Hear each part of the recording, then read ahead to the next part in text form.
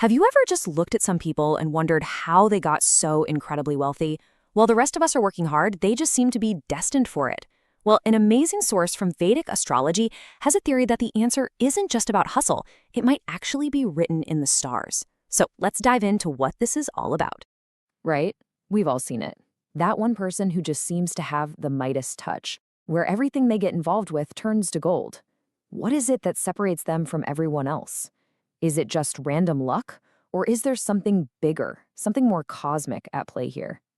And this is where things get really interesting. We're all constantly told about hustle culture, the belief that wealth only comes from grinding it out, working harder than everyone else. But this framework, it proposes something totally different, that extreme wealth comes from a very specific cosmic blueprint, almost like a planetary code that's imprinted on you at birth. So how in the world does a cosmic code like that even work? Well, the source says it all starts with a foundation built on 4 key areas of your life, which are represented by what astrologers call houses in a birth chart. And when these specific houses start talking to each other and working together, wealth doesn't just trickle in, it literally overflows. Okay, let's break these 4 pillars down. First, you've got the second house. Think of this as your bank account, your assets. Then there's the 5th house, which is all about your creative genius and those big speculative wins, like a great investment. The 9th house is absolutely crucial. It's bhagya, or divine luck. The source says, without this, even a genius will struggle. And finally, the 11th house, the big one, massive gains and getting everything you've ever wanted. But the real secret isn't just having these houses. It's all about how they're connected. So how are they linked? The source points to this incredibly powerful alignment called a Parivartana yoga. The easiest way to think about it is a sign exchange. It's when the planets in charge of your 2nd house of assets and your 11th house of gains literally swap places. When that happens, it creates this powerful, unending feedback loop between what you have and what you earn. It's wild. Okay, so if the houses are the foundation, think of what's next as the rocket fuel. This layer of the blueprint involves what the source calls millionaire maker yogas. Now, a yoga in this context is just a special combination of planets, and some of them are considered so incredibly potent they can completely rewrite a person's entire financial story. First up is Lakshmi Yoga, which is, you guessed it, named after the Hindu goddess of wealth herself. This powerhouse forms when the planet that rules your 9th house of pure luck is incredibly strong, and Venus, the planet of luxury, is also sitting pretty. It's basically described as getting a cosmic seal of approval for fortune. Now, the really important thing to get about Lakshmi Yoga is that it's not just about getting rich quick. The source really emphasizes that people with this have a certain grace. They're surrounded by luxury, and most importantly, they have a sustainable fortune. This isn't flash-in-the-pan money. We're talking about being royally comfortable for the long haul. All right, next up, we have Gaja Kesarini Yoga, which translates to the elephant and lion yoga. I mean, the name alone just sounds powerful, right?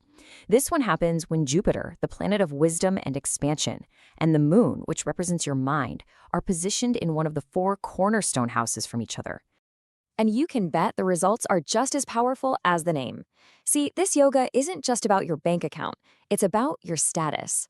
It's said to give a person an unshakable reputation, a natural air of authority, and respect on a global scale. The source actually calls this the CEO yoga, and it suggests this is the kind of energy that puts you in the corner office. And then we have Vasumati yoga, the growing fortune. And honestly, this one is a real heavyweight, said to be capable of creating actual billionaires. It forms when all the good guy planets, Jupiter, Venus, and Mercury, all set up shop in what are called the Upachaya houses. These are houses that literally get better with age and effort, kind of like a fine wine. But here's the fine print. And this part is fascinating. The source claims that the massive wealth from Vasumati Yoga often doesn't even show up until after the age of 36. And it usually comes right after a period of really intense struggle. It's that classic rags to riches story, but like written into a cosmic map. Okay, so we've talked about the traditional planets and combinations. But the source claims there's a secret ingredient, a kind of cosmic wild card that's responsible for the sudden, almost explosive kind of wealth we see with tech founders and modern billionaires. So what is it? What's this secret sauce for creating that modern, new money kind of billionaire? Well, according to this source, it's not one of the planets you'd normally expect. And this quote from the source really just says it all. Jupiter gives you enough to be comfortable. Rahu gives you so much that the world notices. Wow. That really puts it into perspective, doesn't it?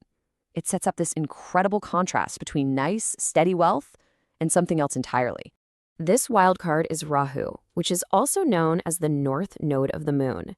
In Vedic astrology, Rahu is all about obsession, relentless ambition, and totally unconventional, out-of-the-box thinking.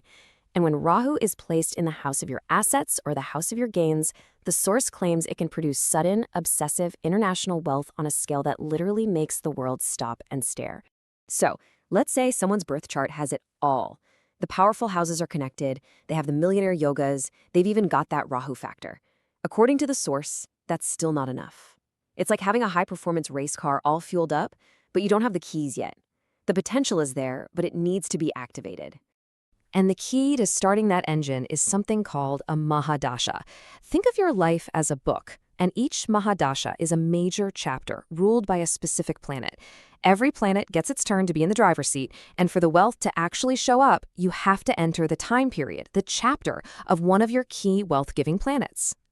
So let me be really clear about this because it's a huge point. You could literally have the chart of a billionaire, but that incredible promise just stays locked away. It's like having a winning lottery ticket that you know is a winner, but you can't actually cash it in until a very specific date.